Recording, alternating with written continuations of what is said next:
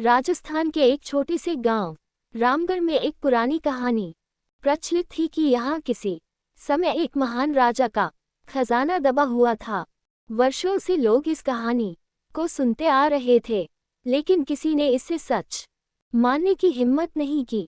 गांव के एक जिज्ञासु युवक अर्जुन को हमेशा इस कहानी में दिलचस्पी थी। एक दिन उसे अपने दादाजी की पुरानी किताबों में एक मानचित्र मिला। ध्यान से देखने पर उसने पाया कि यह उसके गांव के ही किसी स्थान का नक्शा था। नक्शे के किनारे पर लिखा था, जहां पीपल की छाया सबसे लंबी हो वहीं खुदाई करो। अर्जुन की उत्सुकता और बढ़ गई। दूसरे ही दिन सूरज ढलने के समय जब छाया सबसे लंबी होती है, वह गांव के सबसे पुराने पीपल के पेड़ के पास पहुंचा। वहां की जमीन कुछ असामान्य सी लगी।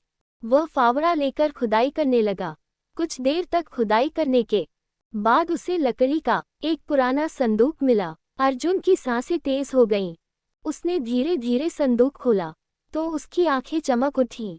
भीतर सोने चांदी के सिक्के, कुछ पुराने आभूषण और ताम्रपत्र पड़े थे। वह खुशी से उछल पड़ा, लेकिन तभी उसके मन में एक विचार आया, क्या मुझे ये खजाना अकेले रखना चाहिए? कई विचारों के बाद उसने तय किया कि यह खजाना गांव के विकास के लिए उपयोग किया जाना चाहिए। उसने गांव के बुजुर्गों को इकट्ठा किया और उन्हें पूरी बात बताई।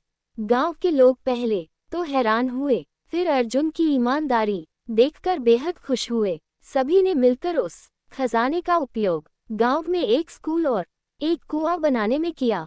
धीरे धीरे रामगढ़ तरक्की करने लगा और अर्जुन को उसकी ईमानदारी और निष्ठा के लिए गांव का नेता बना दिया गया। सच्चाई और ईमानदारी सबसे बड़ा खजाना है।